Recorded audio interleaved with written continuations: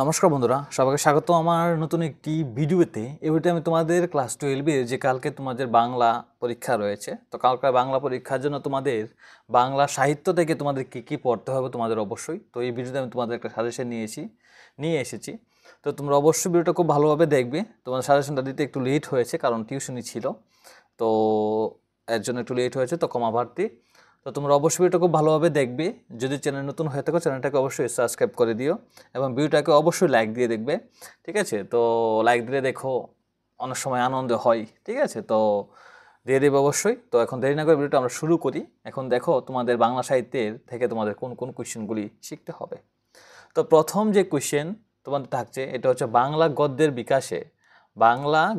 বিকাশে ঈশ্বরচন্দ্র বিদ্যাসাগরের অবদান আলোচনা করো, অথবা বাংলা গদ্যের প্রথম যথার্থ শিল্পী ঈশ্বরচন্দ্রের অবদান সম্বন্ধে আলোচনা করো। এই কোয়েশ্চনটা তোমরা পারবে, এটা তোমরা অবশ্যই শিখবে। আনসারটা তোমরা অবশ্যই এখান থেকে নিয়ে নিতে পারো স্ক্রিনশট দিয়ে, বা তোমরা নিজের থেকে এটা কালেক্ট করে নিতে পারো বুক থেকে। ওকে, নেক্সট, বাংলা কাব্যে মধুসূদন দত্তের অবদান বা বাংলা সাহিত্যে মধুসূদন দত্তের অবদান বা ভূমিকা আলোচনা করো। খুবই ইম্পর্টেন্ট কোয়েশ্চেন, এইবারের জন্য তোমরা অবশ্যই পড়তে পারো, এটা তোমরা শিখবে। নেক্সট কোয়েশ্চেন, বাংলা কাব্য সাহিত্যে বিহারীলাল চক্রবর্তীর অবদান বা বিহারীলাল চক্রবর্তীর কাব্যচর্চার পরিচয় দাও, বা গীতিকবি হিসাবে বিহারীলাল চক্রবর্তী আলোচনা করো। ঠিক আছে, তোমরা অবশ্যই এটা শিখবে, তোমরা খুব ইম্পর্টেন্ট। ঠিক আছে, বাংলা নাট্য সাহিত্যে দীনবন্ধু মিত্রের অবদান আলোচনা করো, বা বাংলা নাটকে দীনবন্ধু মিত্রের অবদান আলোচনা করো। একই কথা, তোমরা অবশ্যই শিখবে এই কোয়েশ্চেনটাও।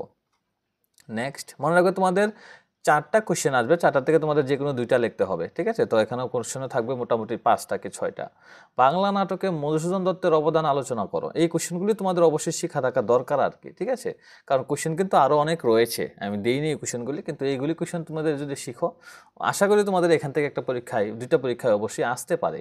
ঠিক আছে, নেক্সট 6 নম্বর কোয়েশ্চেন তোমাদের পড়তে হবে, বাংলা নাট্য সাহিত্যে নাট্যকার রবীন্দ্রনাথ ঠাকুরের অবদান আলোচনা করো। ঠিক আছে, বা যে কোনো কোয়েশ্চেন যদি আসে তোমরা এটা দিয়ে দিতে পারবে বাংলা কাব্য সাহিত্যে। ঠিক আছে, যদি বাংলা গদ্য সাহিত্যে বা কাব্য সাহিত্যে রবীন্দ্রনাথ ঠাকুরের অবদান তোমরা দিতে পারো। ঠিক আছে, কয়েকটা কবিতার নাম দিয়ে।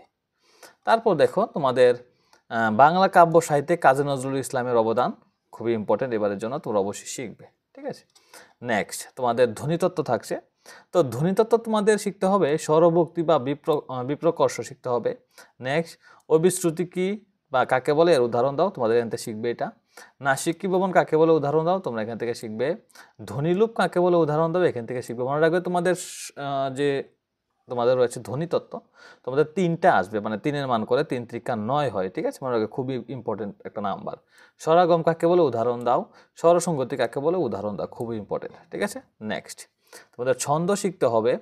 কলাবৃত্ত বা ধ্বনিপ্রধান ছন্দ কাকে বলে, উদাহরণস্বরূপ কলাবৃত্ত বা ধ্বনিপ্রধান ছন্দের লক্ষণ বা বৈশিষ্ট্যগুলি লিখো, অথবা মাত্রাবৃত্ত ছন্দ কাকে বলে, এই ছন্দের 4টি বৈশিষ্ট্য আলোচনা করো। খুবই ইম্পর্টেন্ট। ঠিক আছে, মনে রাখবে কলাবৃত্ত ছন্দ বা ধ্বনিপ্রধান ছন্দ, এই ছন্দের আরেকটা নাম হচ্ছে মাত্রাবৃত্ত ছন্দ। তো যে কোনো একটা নামে তোমাদের পরীক্ষায় আসতে পারে। ঠিক আছে, তোমরা অবশ্যই আনসারটা এখান থেকে শিখবে। নেক্সট ইম্পর্টেন্ট কোয়েশ্চেন এই বছরের জন্য, অক্ষবৃত্ত ছন্দ কাকে বলে, অক্ষবৃত্ত ছন্দের যে কোনো 4টি বৈশিষ্ট্য আলোচনা করো। এই কোয়েশ্চেনটা খুবই ইম্পর্টেন্ট এবারের জন্য। ঠিক আছে, অবশ্যই শিখবে, এখানে বৈশিষ্ট্যগুলি রয়েছে। ঠিক আছে, তো এই ভিডিওটা এতটুকু পর্যন্তই। তোমরা অবশ্যই ভিডিওটাকে খুব ভালোভাবে দেখেছো আশা করি। তোমরা অবশ্যই টেলিগ্রাম চ্যানেল জয়েন করবে, তোমরা অবশ্যই সেখান থেকে তোমরা পিডিএফটা পেতে পারো। ঠিক আছে, তো ভিডিওটাকে লাইক দিয়ে দিও এর আগে, আর একটা শেয়ার করে দিও। ঠিক আছে।